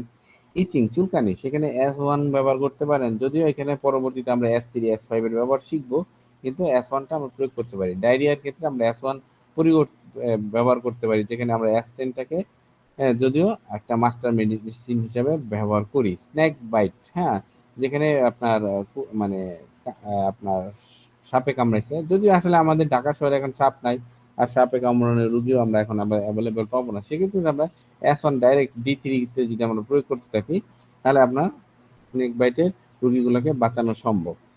ফোড়া, কারণ কোনো যদি ফোড়া রোগী হয়, সেক্ষেত্রে যদি আমরা তাকে নেগেটিভে S1টা প্রয়োগ করি, তাহলে ফোড়া রোগী আরোগ্য লাভ করবে। ঠিক আছে? মেনিনজাইটিস, মেনিনজাইটিস ক্ষেত্রে যদি আমরা S1C2A3P2W প্রয়োগ করি D5 এ, তাহলে রোগী দ্রুত মেনিনজাইটিস থেকে আরোগ্য লাভ করবে। ঠিক আছে? তারপর হচ্ছে অ্যামেনোরিয়া, যাদের মাসিক ঠিক মতন হচ্ছে না, মাসিক থেমে থেমে হচ্ছে কিংবা মানে গ্যাপ দিয়ে হচ্ছে, সেক্ষেত্রে S1C1A3 L1 নেগেটিভ প্রয়োগ করলে অ্যামেনোরিয়া আরোগ্য লাভ করবে। ঠিক আছে, অ্যালবুমিনুরিয়া হচ্ছে প্রস্রাবের সাথে অ্যালবুমিন বা প্রোটিন যাওয়া, সেক্ষেত্রে কিন্তু S1C6A1L1G এটাকে আমরা প্রয়োগ করতে পারি। ঠিক আছে, এবং আমরা S1টাকে বিভিন্নভাবে প্রয়োগ করতে পারি। এটা ওষুধের বিষক্রিয়া নষ্ট করবে, নেশা দূর করার জন্য এটা D3 খুব চমৎকার কাজ করে, সর্দি কাশিতে খুব ভালো কাজ করে S1L1F1, ক্ষুধা বাড়ানোর জন্য কাজ করে। একটু আগে তো আমরা জানলাম যে জেনারেল টনিক নেচারাল টনিক প্রয়োগ করলে ক্ষুধা খুবই চমৎকার কাজ করে, সেক্ষেত্রে শুধু S1টাই D4 যদি আমরা প্রয়োগ করেন সেটা ডাইজেস্টিভ সিস্টেমের উপর চমৎকার কাজ করে। পুষ্টির অভাবজনিত রোগ S1 খুব ভালো কাজ করে। S1টাকে যদি আপনি বিফোর মেল দেন আর S10টাকে যদি আপনি আফটার মেল দেন এবং S/Y বেড টাইমে দেন, তাহলে দেখবেন যে আপনার রোগী যে কোনো জটিল রোগী হোক, ইভেন ক্যান্সারের রোগীকেও যদি আপনার এইভাবে আপনি খাওয়ার আগে S1 কিংবা জেনারেল টনিক, খাওয়ার পরে S10 কিংবা নেচারাল টনিক এবং S/Y বিছনায় যাওয়ার আগে 20 ফোঁটা গরম পানিতে খাওয়ান, দেখবেন যে ক্যান্সারের রোগীও ধীরে ধীরে ধীরে ধীরে আরোগ্য লাভের দিকে চলে যাচ্ছে। কোনো বেহুশ হয়ে গেছে, তাকে যদি আপনি D4-এ, হ্যাঁ, জিহ্বার উপর S1টা প্রয়োগ করেন, যেটা আমি একটু আগে বললাম যে স্ট্রোকের রোগী, মাথা ঘুরে অজ্ঞান হয়ে গেছিল, তাকে জাস্ট আমি জেনারেল টনিক D4টাকে জিহ্বার উপরে 2-3 বার প্রয়োগ করলাম, তেমন ধীরে ধীরে ধীরে রোগী তার স্বাভাবিক অবস্থায় ফিরে আসছে। ঠিক আছে, অনেক সময় যারা জিহ্বায় গ্রহণ করতে পারে না, তাকে আপনি S1টাকে যদি আপনি RS বেজে D4-এ বানায় ঘ্রাণ নেওয়ার জন্য দেন, তারপর দেখবেন তার জ্ঞান ফিরে আসছে। ঠিক আছে, ব্লাড প্রেশার যদি লো হয়ে যায়, সেখানে S1L1A3RE D4 যদি প্রয়োগ করেন, ব্লাড প্রেশার লো, যেটা একটু আগে আমাদের সাবা ম্যাডাম বললো যে কি করলো, সে সিনথেসিসের সাথে আমাদের আরই অ্যাড করে দিল।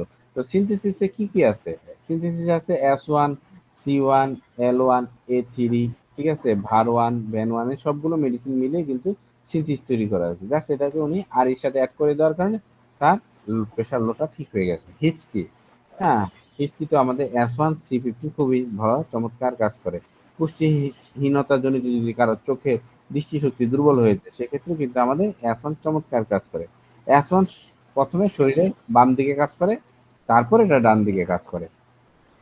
ওকে, S1 হলো একমাত্র প্রতিকার যা মানবদের 80% রোগ নিরাময় করতে পারে। অনেক জায়গায় 90%ও বলা আছে, কোথাও 70%ও বলা আছে, তবে ম্যাক্সিমাম রোগ আরোগ্য করার জন্য S1টা চমৎকার।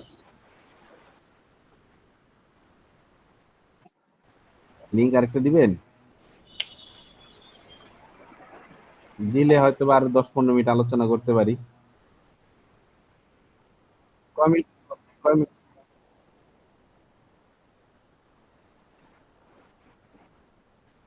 ওকে, নতুন লিঙ্ক দেন।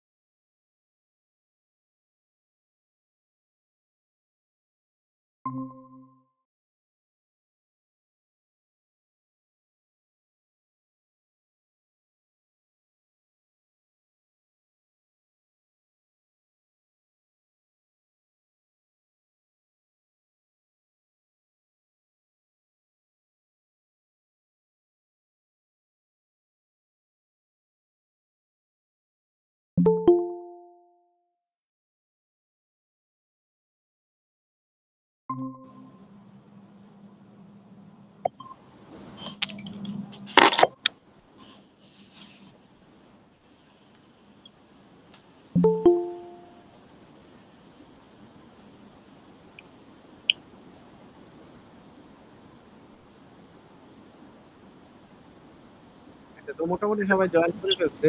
তো আমরা থেমে না থাকি, আমরা আমাদের ক্লাসটা চালায় যাই, কারণ অনেক রাত হয়ে গেছে।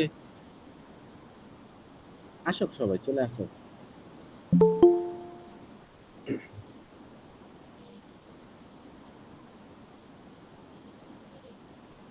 শুরু করতে পারি। তো আমরা যেটা বলতে চাইছি, মানবদের মাথা থেকে পা পর্যন্ত শরীরের প্রায় সব অংশে কিন্তু আমাদের যে কোনো রোগের ক্ষেত্রে S1টা কাজ করে। যার কারণে আপনাকে খুব বেশি ডান বাম ভাবতে হবে না। আপনি যদি কোনো কিছু ভাবনার সুযোগ না পান, সেক্ষেত্রে আপনি তাকে S1টাকে অর্থাৎ জেনারেল টনিকটাকে আপনি প্রয়োগ করতে পারেন। ঠিক আছে, S1 শরীরে যে সব ধরনের বিষাক্ত পদার্থ আমাদের ডিটক্সিফাইড করে আমাদের শরীরের অ্যালকোহলের প্রতি আসক্ত থাকলে সে আসক্তি দূর করতে পারে। রোগীকে আফিম কিংবা যে কোনো ধরনের নেশাযুক্ত মানে নেশা থেকে মুক্তি দিয়ে তাকে নতুন জীবন দিতে সাহায্য করে। হ্যাঁ, শুধু কয়েকটা গ্লুকোজ চুষে দিলেই একটা রোগীর চেতনা ফিরে আসে। এটি শরীর থেকে সব ধরনের বিষ অপসারণ করতে সাহায্য করে। অ্যাসন অন্য চিকিৎসা পদ্ধতি শুধু আমাদের ইলেকট্রোন্যাচুরোপ্যাথি যে ওষুধের পার্শ্ব প্রতিক্রিয়া নষ্ট করে তা না। আপনার একটা রোগী দীর্ঘদিন ধরে এলোপ্যাথিক ওষুধ খেয়ে আসলো, ঠিক আছে? দেখা যাচ্ছে যে এলোপ্যাথিক ওষুধ খেতে তার শরীরে এমন অবস্থা মানে না নতুন নতুন রোগের মানে সৃষ্টি হচ্ছে। তার মানেটা কি? এলোপ্যাথিক ওষুধের একটা পার্শ্ব প্রতিক্রিয়া তার শরীরের মধ্যে দেখা দিচ্ছে। তখন আপনি কি করবেন? তখনও কিন্তু আমাদের অন্যান্য যে বিশেষ করে এলোপ্যাথিক চিকিৎসা পদ্ধতির পার্শ্ব প্রতিক্রিয়া দূর করতে সাহায্য করে এবং তার সেই ক্ষেত্রে আমাদের অ্যাসোয়ানটা প্রয়োগ করার কারণে তার এলোপ্যাথিক ওষুধের পার্শ্ব প্রতিক্রিয়া যখন নষ্ট হওয়া শুরু করবে, ধীরে ধীরে দেখবেন যে ওই রোগী অনেক ধরনের রোগ থেকে এমনি নরমালি সে আরোগ্য লাভ করবে। ওকে? অ্যাসোয়ানটাকে যদি আমরা পজিটিভ ডোজ দেই, তাহলে লাসিকা গ্রন্থির কার্যকারিতা বাড়িয়ে মানে আমরা একটু আগে যে পড়লাম, হ্যাঁ, লিম্ফেটিক সিস্টেম, এই লিম্ফেটিক সিস্টেমের অ্যাক্টিভিটিস বাড়ায় দেয় এবং বাড়ায় দেওয়ার কারণে মানে অ্যাক্টিভিটিস বাড়ায় তারপর লাসিকার যে লাসিকাগুলো আছে, হুম, এটাকে নিঃসরণটা বাড়িয়ে আমাদের বডিকে ডিটক্সিং করতে সাহায্য করে। অ্যাসন রোগ এবং প্রতিকূল পদার্থের বিরুদ্ধে লড়াই করার জন্য শরীরের শক্তি বাড়ায় এবং এটা শরীরের রোগ প্রতিরোধ ক্ষমতা বৃদ্ধি করতে কাজ করে। মস্তিষ্কের সব কোষের উপর এর সবচেয়ে ভালো প্রভাব রয়েছে আমাদের, হ্যাঁ, এবং বড় আমাদের যে অন্ত্র, গ্রন্থি, হ্যাঁ, শ্বাসতন্ত্র সকল কিছু কিন্তু আমাদের S1টাকে আমরা প্রয়োগ করতে পারি। S1 বিভিন্ন রোগের ক্ষেত্রে কিন্তু সরাসরি ব্যবহার হয়। রোগগুলোর নামটা যদি আমরা একটু বলি, গ্যাস্ট্রিক, খিঁচুনি, দাঁতে ব্যথা, যক্ষ্মা, হ্যাঁ, বর্ধিত গ্রন্থি, যেটা আমাদের ম্যাডাম বলল বিভিন্ন রোগের ক্ষেত্রে আমাদের গ্রন্থিগুলো এনলার্জ হয়ে যায়। পক্ষাঘাত, ইনফ্লুয়েঞ্জা, ঠান্ডা, কলেরা, বমি, মাম, ক্ষত, প্রস্রাব, সব ধরনের চর্মরোগ, পায়ে ব্যথা, এই ধরনের যে কোনো রোগী হোক না কেন আমরা S1 প্রয়োগ করলে এই ধরনের রোগীর ক্ষেত্রে আমরা খুবই চমৎকার রেজাল্ট পাবো। হ্যাঁ, S1 দেওয়ার সাথে যদি আমরা F1টাকে প্রয়োগ করি, S1 এর সাথে যদি আমরা F1টা দিই, সেক্ষেত্রে দেখা গেছে রক্তপাত, শ্বাসনালীর অসুখ, রক্তক্ষরণের রেনাল পেইন, হ্যাঁ, তারপরে স্তব্ধ হয়ে যাওয়া, মূত্রনালীর বাধা অবস্ট্রাকশন, যেটা সর্দি, ঘা, দাঁতের ক্ষয়, মচকে যাওয়া, পেশি খিঁচুনি, ক্ষত, হ্যাঁ, জ্বরের প্রলাপস, তারপরে আপনার গর্ভাবস্থায় আপনার আচ্ছা,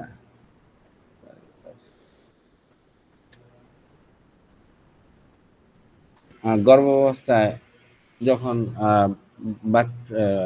মানে ফিটাসটা আর কি আপনার উল্টো থাকে, সেক্ষেত্রেও কিন্তু আপনি S1 প্রয়োগ করলে সেটা ঠিক হয়ে যায়। ঠিক আছে?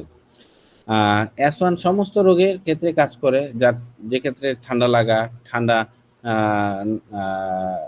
না হওয়া, শক না হওয়া ইত্যাদি ক্ষেত্রে খুব ভালো কাজ করে। ঠিক আছে? আমরা যদি 2 ফোঁটা S1 এবং RE-কে D3-তে নাকের মধ্যে দিয়ে রাখি, হ্যাঁ, যদি সে অজ্ঞান অবস্থায় থাকে, পান করতে না পারে, সেক্ষেত্রে কিন্তু এই সকল শক লাগা রোগীগুলো দ্রুত আরোগ্য লাভ করে। হুম, S1 এর সাথে যদি আমরা C1 কিংবা C2 কিংবা C5 দেই, তাহলে দেখা যাচ্ছে মাসিকের সমস্যা, রক্তশূন্যতা, হার্ট অ্যাটাক, হার্টের ব্যথা, হাঁপানি ইত্যাদি আরোগ্য লাভ করা সম্ভব। S1 এর সাথে যদি আমি A1, C1 কিংবা P2 দেই, হ্যাঁ, তাহলে দেখা গেছে তাদের কণ্ঠস্বর, যাদের হ্রাস, অনিদ্রা, অত্যাধিক প্রস্রাব, বধিরতা, ডায়রিয়া, কাশি, শ্বাসনালীর সমস্যা, গনোরিয়া, ছানি এসব রোগ আরোগ্য করতে সাহায্য করে। S1-কে যদি আমরা পর্যায়ক্রমে মানে 30 potency-তে দেই আপনার S-লাসের সাথে, তাহলে পাইলস, ফিস্টুলা, ফিশার, কোষ্ঠকাঠিন্য, মলদ্বারের চুলকানি, হ্যাঁ, রোগের ওষুধ হিসাবে খুব চমৎকার কাজ করে। ওকে? S1 এর সাথে আমরা যদি S10 দেই, S1 খাওয়ার আগে S10 খাওয়ার পরে দেই, হ্যাঁ, যেটা আমরা অনেকবারই বলছি যে পেটে ব্যথা হোক, কোষ্ঠকাঠিন্য হোক, হজম শক্তি বাড়ানোর জন্য হোক, লিভারের সমস্যার জন্য হোক, অন্ত্রের যে কোনো সমস্যার জন্য হোক, রোগ প্রতিরোধ ক্ষমতা বাড়ানোর জন্য আমরা যদি খাওয়ার আগে S1 কিংবা জেনারেল টনিক, খাওয়ার পরে S10 কিংবা ন্যাচারাল টনিক দিই, তাহলে চমৎকার কাজ করে। এবং এই পদ্ধতিটা প্রয়োগ করে আমাদের স্কলার বহু ডাক্তার আছে, অনেক ডাক্তার, হ্যাঁ মানে অনেক রোগী আরোগ্য করছে, আনলিমিটেড। আপনি এটা প্রয়োগ করতে দেখতে পারেন। বেশি দূর যেতে হবে না। হ্যাঁ, আমরা যদি S1টা D6 কিংবা থার্ড ডাইলুশন প্রয়োগ করি, হ্যাঁ, এবং সেক্ষেত্রে যদি S1 C1 A1 F1 RE দিই, তাহলে দেখা যায় যে যাদের নাক দিয়ে পানি পড়া, কান দিয়ে স্রাব, লিকুরিয়া, গনোরিয়া, হ্যাঁ, শরীরের কোনো অংশে শুকিয়ে, হ্যাঁ, পুজ কিংবা অন্য কোনো জায়গা থেকে পুজ, হ্যাঁ, যে কোনো ধরনের নিঃসরণ হোক, সেটা আরোগ্য লাভ করবে। ঠিক আছে? S1 C1 আমাদের A1 F1 P1 এবং তার সাথে যদি আমরা P2 দেই, তাহলে সর্দি, কাশি, হ্যাঁ, তারপরে নিউমোনিয়া, হ্যাঁ, গলা ব্যথা, শ্বাসতন্ত্রের সমস্যা, এগুলো আরোগ্য লাভ করবে। যদি আমরা একটু একটু উচ্চ শক্তিতে যাই, 200 শক্তি দেই, 1M শক্তি দেই, হ্যাঁ, হ্যাঁ, যদি S1 এর সাথে ভ্যান 1 এবং S1 সাথে দেই, প্রয়োগ করি, তাহলে যে কোনো চর্মরোগ, ইভেন কি সোরাইসিস আরোগ্য করতে সাহায্য করে, সোরিয়াসিস যেটাকে বলি আমরা।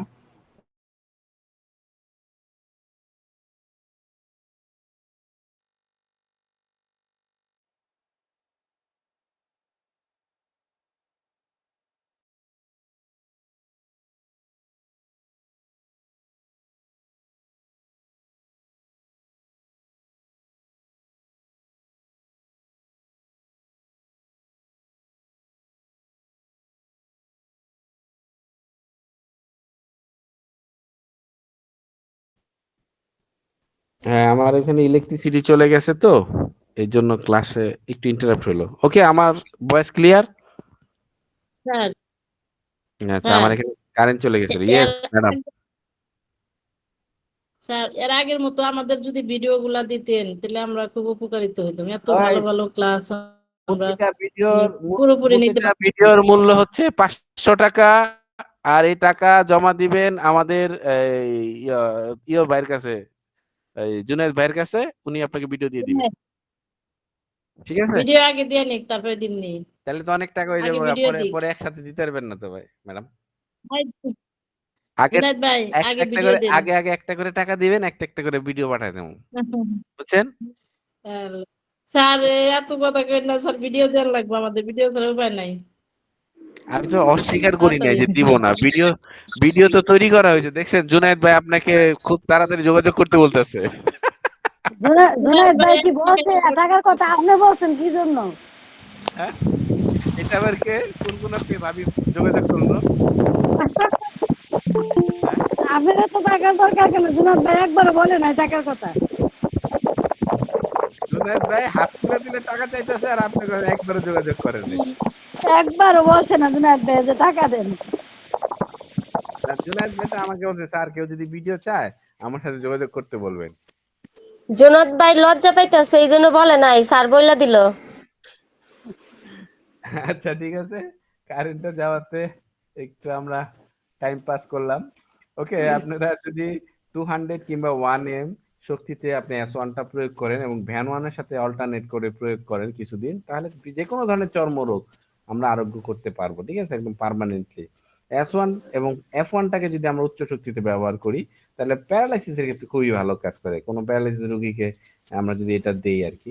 আপনারা আপনাদের মতন করে যে কোনো মেডিসিন প্রয়োগ করেন, হোমিওপ্যাথি করেন, আপনারা বায়োকেমিক প্রয়োগ করেন, ডাজেন্ট ম্যাটার। এবং ইভেন কি অ্যালোপ্যাথিক ওষুধও যদি রোগীকে খাইতে দেন, কোনো সমস্যা নেই। কিন্তু পাশাপাশি আপনি এই আমাদের ইলেকট্রোন্যাচুরোপ্যাথি ওষুধটা যদি প্রয়োগ করতে চান এবং প্রয়োগ করতে পারেন ইনশাল্লাহ, এবং প্যারালাইসিস রোগীদের ক্ষেত্রে কিন্তু আমরা চমৎকার রেজাল্ট পাবেন। চিকেন পক্সের ক্ষেত্রে কিন্তু আমাদের এই অ্যাসনটা উচ্চ শক্তিতে প্রয়োগ করতে হয়। 200 এ S1 S10 F1 দিলে আপনি আরোগ্য লাভ। আচ্ছা, এটা বাম দিকে যেহেতু কাজ করে, তো বাম দিকের কানে যদি কোনো ধরনের স্রাব নিঃসরণ হয়, ঠিক আছে? আপনি সেক্ষেত্রে কিন্তু আপনি আ কানের স্রাব যদি নিঃসরণ হয়, একটু ১ মিনিট। সেক্ষেত্রে কিন্তু আপনি S1টাকে উচ্চ শক্তিতে প্রয়োগ করতে পারেন। S1 C1 G দিলে কানের স্রাবটা বন্ধ হয়ে যাবে। গর্ভবতী মহিলাদের বমি, মাথা ঘোরা, সেক্ষেত্রে কিন্তু আমরা S1 এর সাথে আমরা S11টাকে সাপোর্টিং তে প্রয়োগ করতে পারি। ঠিক আছে, এবং পাশাপাশি F1 350 যদি প্রয়োগ করি তাহলে এই রোগী দ্রুত দেখা গেছে গর্ভবতী মহিলার বমি এবং মাথা ঘোরাটা ঠিক হয়ে যাবে। সোরাইসিসে আমি আগেই বলছি 1000 পরের শক্তি ব্যবহার করতে হবে। S1L1 বেফান যদি দেন সোরিয়াসিস নিরাময় লাভ করবে। ঠিক আছে, স্লিপ ডিক্সও কিন্তু আমরা S1C4 পজিটিভে প্রয়োগ করতে পারি, কারণ এটা নেগেটিভ রোগ, কিন্তু এখানে পজিটিভ রোগ রোগীকে দিতে হবে। সার্ভাইকাল রোগীতেও আমরা কিন্তু এই S1টা প্রয়োগ করতে পারি। S1A1C1F1 পজিটিভ দিতে হবে। ফুসফুসের সংক্রমণ রোগেও কিন্তু আমরা এই S1P1C1A3টাকে প্রয়োগ করতে পারি। আমরা এটা নিয়ে আজকে আমরা ব্যাপক আলোচনা করছি। ঘুরে ফিরে একই আলোচনা। আজকের মতোই আমাদের এখানে আলোচনা শেষ। হ্যাঁ, এই S1 এর ব্যাপক আমরা ব্যবহার শিখলাম আজকে। কারো কোনো কোশ্চেন? হ্যাঁ তপন ভাই, ওই যে স্কিনের যে কোনো চর্মরোগে কোন ইয়েটা বললেন? হাইড্রোলুশন S1L1 ভেন1 S1L1 ভেন1 1000 পাওয়ার। হ্যাঁ, এটা কত? 1000 পাওয়ার দেন আলাদা প্রথমে, আলাদা? প্রত্যেক সপ্তাহে একটা করে। একসাথে দিতে পারেন, আলাদাও দিতে পারেন। আচ্ছা, একসাথে দিতে পারেন কিংবা আলাদা দিতে পারেন। সকালে S1 দিলেন, দুপুরে L1 দিলেন, বিকালে রাত্রে ভেন1 দিলেন, কিংবা তিনটা একসাথে দিতে পারেন। আলাদা দিতে পারলে ভালো। দিনে একবার? সপ্তাহে একবার করে দিবেন 1000 পাওয়ার। সপ্তাহে একবার? এরপরে আপনি 200 শক্তিতে চলে আসেন, 200 শক্তি দিয়ে দেন দিনে। এটা কি স্কিনের যে কোনো চর্মরোগে নাকি সোরিয়াসিস সহ? সোরিয়াসিস সহ যে কোনো চর্মরোগের ক্ষেত্রে, বিশেষ করে আচ্ছা। ক্রনিক রোগের ক্ষেত্রে আপনি প্রয়োগ করতে পারেন। আর দাউদের ক্ষেত্রে কি এটা দেওয়া যাবে? দিয়ে দেখেন, অবশ্যই দেওয়া যাবে, দেওয়া যাবে না কেন? যে কোনো চর্মরোগ যেহেতু। দাউদের রোগী আছে তো কয়েকটা, আমার এই জন্য জিজ্ঞেস করলাম। দিয়ে দেখেন, অবশ্যই দিলে কাজ হবে। S1L1 এবং ভেন1 তিনটার 1000 শক্তি 3 বেলা দিয়ে দেন, সপ্তাহে একবার করে। আচ্ছা, অ্যালার্জির জন্য এগুলা কি আবার ইউজের জন্য দিতে হবে স্যার? অ্যালার্জি তো অন্য জিনিস। অ্যালার্জির জন্য আমরা অ্যালার্জির আলাদা ওষুধ দিতে হবে। ওই তো সোরাইসিসের জন্য বডি পিউরিফায়ার দিতে হবে যাদের অ্যালার্জি আছে। তারপর আমাদের ওখানে প্রোটোকলে শুধু অ্যালার্জি, স্কিন অ্যালার্জির প্রোটোকল আছে একটা ইয়েতে। হ্যাঁ, ওই প্রোটোকলটা দিতে পারেন। আসলে আমাদের ইলেকট্রোন্যাচুরোপ্যাথি তো খুবই ছোট, মেডিসিনটাকে রপ্ত করতে পারেন, তাহলে প্রোটোকল নিজে তৈরি করতে পারবেন। নিজে 3 থেকে 4 মাস ফোকাস করেন। জুনায়েদ ভাই, আমার এখানে কারেন্ট চলে গেছে তো, মানে ভয়াবহ।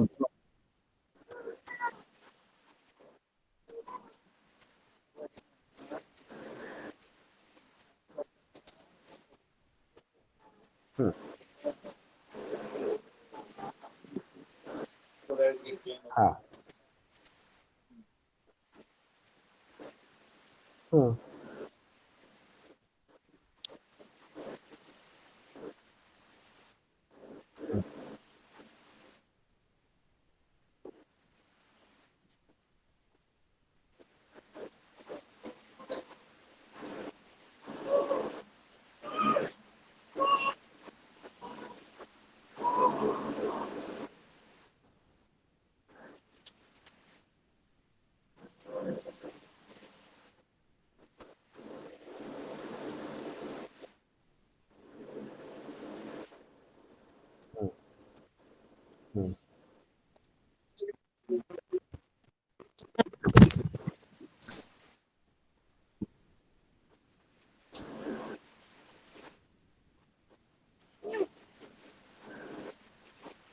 রেখে দাও।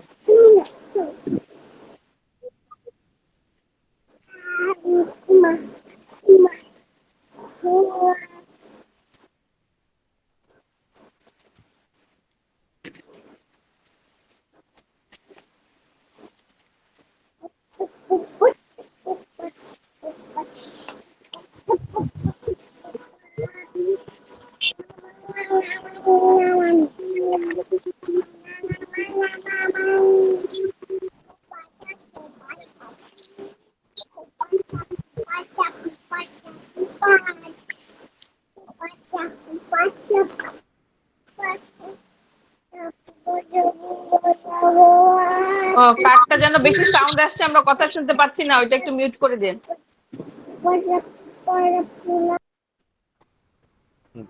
হ্যাঁ জুনায়েদ ভাই, আসলে হ্যাঁ বলুন। আমাদের আমাদের কিন্তু স্যার অনেক আমারও কয়েকটা জ্বরের রোগী ভালো হয়েছে, লিভার আমি জেনারেটনিক আর আচ্ছা কয়েকটা জ্বরের রোগী আমারও অনেকগুলা ভালো হয়েছে ইদানিং। প্রচন্ড ব্যথা ব্যথা আর ডিহাইড্রেশন আর জ্বর, ওদের আমি যে ইয়ে, যে আমাদের যে জ্বরের ওষুধটা আছে এটা D7 দিছি, আর লিভারটনিকটার সাথে অ্যাস্টেনসিটেট দিছি স্যার। এক রাতেই স্যার ওষুধ দেওয়ার পরে একদম জ্বর বের হয়ে গেছে, বের হয়ে সারা রাত একটু কষ্ট করছে, তারপর দিনের বেলা একদম ক্লিয়ার হয়ে গেছে, ব্যথাও ছিল শরীরে। হুম হুম। যাই হোক, চমৎকার। আমার এই যে গত 3 দিন আগে আমার চেম্বারের ছেলেটা, তার জ্বর হয়েছিল, তো তাকে দুর্বল আমি হয়ে গেছে স্যার, এখন রুগীগুলো অনেক কোমরে দুর্বল ব্যথা হয়ে যায় ট্যাথা স্যার। এই সকল লক্ষণ মানে মিলিয়ে আমি দেখলাম যে এটা ডেঙ্গুর দিকে যাচ্ছে। তো ডেঙ্গুর যে প্রোটোকল আছে আমি প্রোটোকলটা দিয়ে দিছি, রোগী একদিনের মধ্যে তার ব্যথা, কোমর ব্যথা ট্যাথা থেকে শুরু করে জ্বরটা কমে গেছে, দুর্বলতা ইনশাল্লাহ কমে গেছে। হ্যাঁ, চমৎকার। হুম, ঠিক আছে। আসলে এখন আমাদের জ্বর নিয়ে হোমিওপ্যাথি ওষুধ দিয়ে আগে যে ধরনের একটা ভয়ভীতির মধ্যে থাকতে হইতো, এটা হয়তো জুনায়েদ ভাই ফিল করবে না, বাট আমরা ফিল করি। আমাদের হোমিওপ্যাথিতে জ্বরের রুগী নিয়ে বহু মানে ব্যর্থতা ছিল, মানে এতটা ব্যর্থতা ছিল, মানে শেষ পর্যন্ত এলোপ্যাথির কাছে আমাদের মানে স্যালেন্ডার করতে হইতো। স্যার আমার কিন্তু জ্বরের রোগী ভালো হয়েছে স্যার হোমিওতে। মানে পানি তবে ভাত তো স্যার ভাই এখন আপনি আমরা ন্যাচুরোপ্যাথি নিয়ে করতেন, যদি হোমিওপ্যাথি নিয়ে যদি আপনি এটা প্র্যাকটিস করতেন, আপনার মনে করেন যে খবর হয়ে যেত, আপনার মানে স্যার 14 গোষ্ঠীর নাম কাশিটাতে বলে যেত। বেশি সমস্যা হইতো স্যার, যারা কাশি উঠতো কাশিটা ঠিক হইতে চাইতো না। জুনাদ ভাই কি কাছে কি শুধু P3 আর P1 দিচ্ছেন না প্রোটোকল দিচ্ছেন?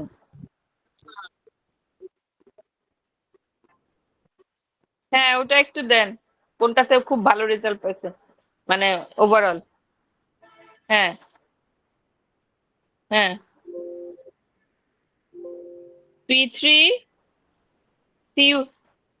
C1YE কততে?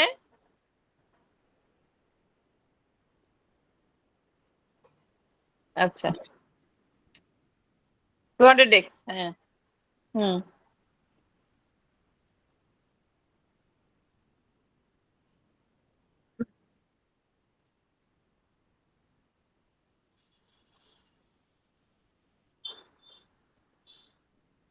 D7 না, D7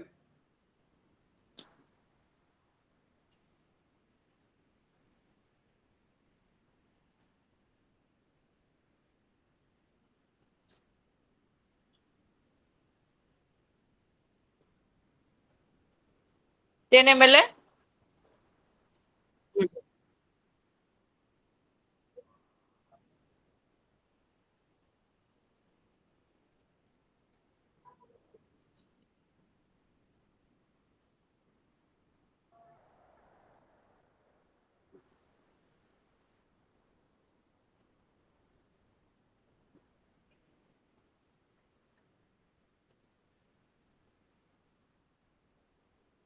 P3 P3 এক ফোঁটা।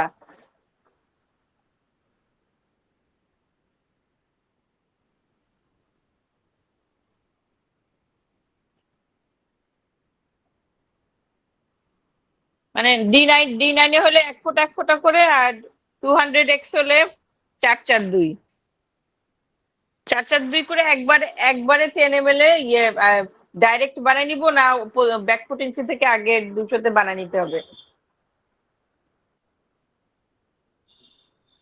আচ্ছা আচ্ছা, ঠিক আছে।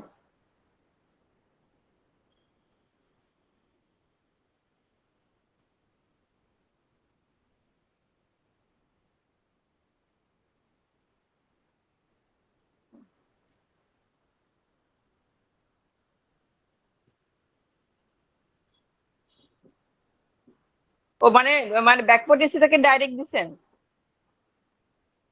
আচ্ছা আচ্ছা আচ্ছা,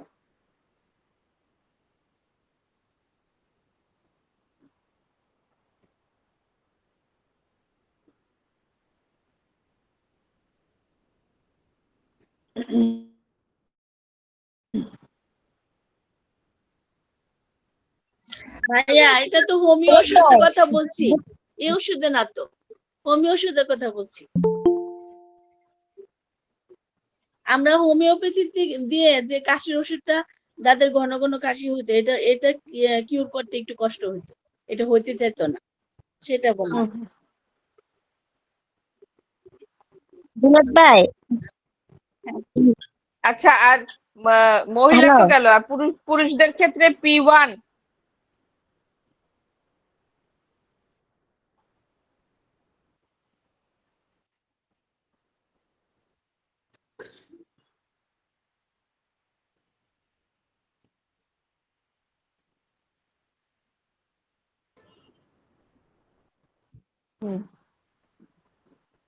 আচ্ছা, আর ছেলেদের ক্ষেত্রে P1 এর পরে কি?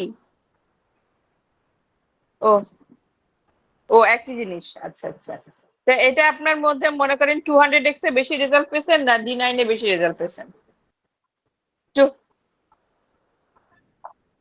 200।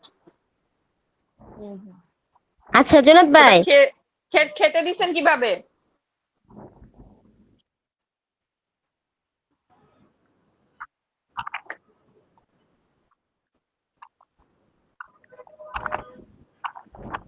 আচ্ছা,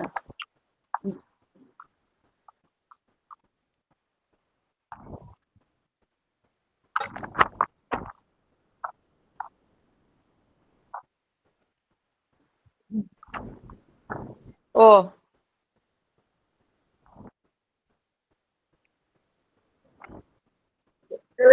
ও তার মানে যে 200x ও দিনে 3 বেলা না, ওই কি বলে অল্প কিছুক্ষণ পর পর দিচ্ছেন, 20 মিনিট পর বা 10 মিনিট পর। আচ্ছা,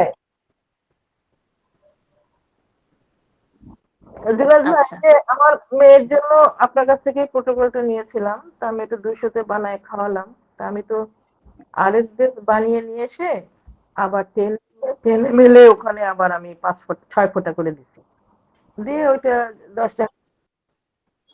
আচ্ছা 10 ফোঁটা, আমার ওইভাবে খেয়াল নেই, 10 ফোঁটা বা 6 ফোঁটা বা 10 ফোঁটা দিচ্ছি। 200 তো একটু হিসাব করে দিচ্ছি। তো এটা তো আমার তো একদিনেই ভালো হয়ে গেছে, এটা তো পানিতে মিশাই।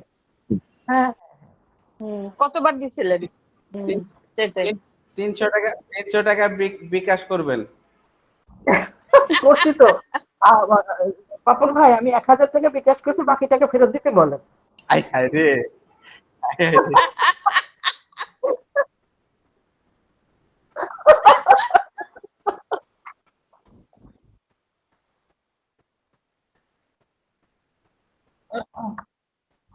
এই যে আপনি বললেন সরাসরি জিব্বার উপরে দিতে, আসলে তো ওই সময় আমার মেয়ের অবস্থা অনেক খারাপ ছিল। তো আমি আসলে এইভাবে দিলাম, এখন এসে বললাম যে বারবার ঘন ঘন খাইতে হবে, পানিতে মিশিয়ে ডাইরেক্ট করে গরম পানিতে দিই। তো একদিনেই ঠিক হয়ে গেছে, ওই ওষুধ এখন ওই বোতলেই আছে। ও কি 5 ফোঁটা করে দিছেন? না, এক চাপ হয়তো 20 ফোঁটা পড়ে গেছে, এরকম হতে পারে, কিন্তু আচ্ছা আধা ঘন্টা। আচ্ছা।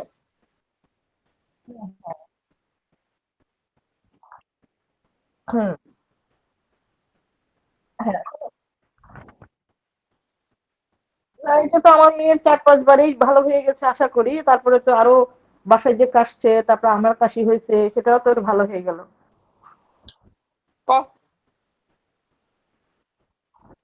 ওইরকমই সালমা আপা ওইরকমই লুকায় রাখে, বলে না, তারপর বলে ভুলে গেছি, ও আমারও তো এটা হয়েছিল। উম, একা একা করে আর আমাদের ওরে ভাই, একা একা করলাম এগুলো, তো এখনো ইলেকট্রোটা মাথার মধ্যে নিতে পারতেছি না, নিচ্ছি না, এর আফসোস হচ্ছে। সিরিয়াসলি পড়াশোনা করতে হবে। না না না, হ্যাঁ, আমাদের আমাদের পোটেন্সিটা ভালো করে বুঝতে হবে। হ্যাঁ, দেখেন, আপনাদেরকে আমরা আগেই বলছি, S1 P1টা হচ্ছে পুরুষের ক্ষেত্রে, P3টা হচ্ছে আপনার বাচ্চা মহিলাদের ক্ষেত্রে, এবং হ্যাঁ, P4টা হচ্ছে বৃদ্ধদের ক্ষেত্রে। এটা কিন্তু আমরা আপনাদেরকে যখন পি গ্রুপের মেডিসিন হুম হুম পড়াইছি, আমরা বুঝাইছি আপনাদেরকে, কিন্তু আপনারা হ্যাঁ ভুলে হ্যাঁ গেছেন। রাইট। হ্যাঁ, ভুলে গেছি। না হ্যাঁ এটা ভাইয়া, এটা জুনায়েদ ভাই কিন্তু ওই কাজটাই করছে, আর কিছুই না। স্যার মানে আপনি মনে যে আছে, একটা প্রোটোকল, কিন্তু গুরুত্ব হয়তো কম দিছি। যাই হোক, আমরা আবার স্যার পড়াশোনা আপনি যে একটা প্রোটোকল দিছিলেন আমাদেরকে, কোল প্লাস বুস্টারের সাথে C13Y, এটার সাথে আমি বডি পিউরিফায়ার দিয়ে সেটা দিছিলাম, 2টা বাচ্চার সবসময় ঠান্ডা লেগে থাকতো আর হুম। নেবুলাইজার লাগতো স্যার। এখন তার আল্লাহর রহমতে ঠান্ডা লাগে না, ডাক্তারের তো লাগে না। ঠান্ডা লাগলে ওরা ওইগুলা খাওয়াই দেয়। আমার কালকে একটা বাচ্চা আসতেছে, আপনি একটা বলেন এটা কোনটা গোল্ড প্লাস আমি যে বলছি এটা? হ্যাঁ দিয়ে দাও। Gold plus booster D7 plus C13Y C13 আর ওয়াই। বডি পিউরিফায়ার, হ্যাঁ বডি পিউরিফায়ার 2X এ দিছিলাম আপু।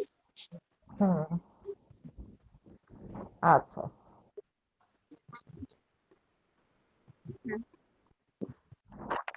ভাইয়া ওরা আবার অ্যালার্জির সমস্যা আছে, চোখ টোক সব লাল হয়ে যায়, তো এই জন্য ওই বডি পিউরিফায়ারটা দিয়ে দিছি সাথে। হ্যাঁ হ্যাঁ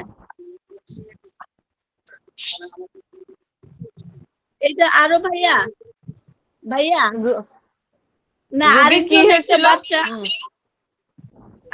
রুগীর ঠান্ডা লাগে থাকতো সবসময় আপু, আর নেবুলাইজার লাগতো। আচ্ছা। আবার আমার একটা ভাই আছে ছোটবেলা থেকে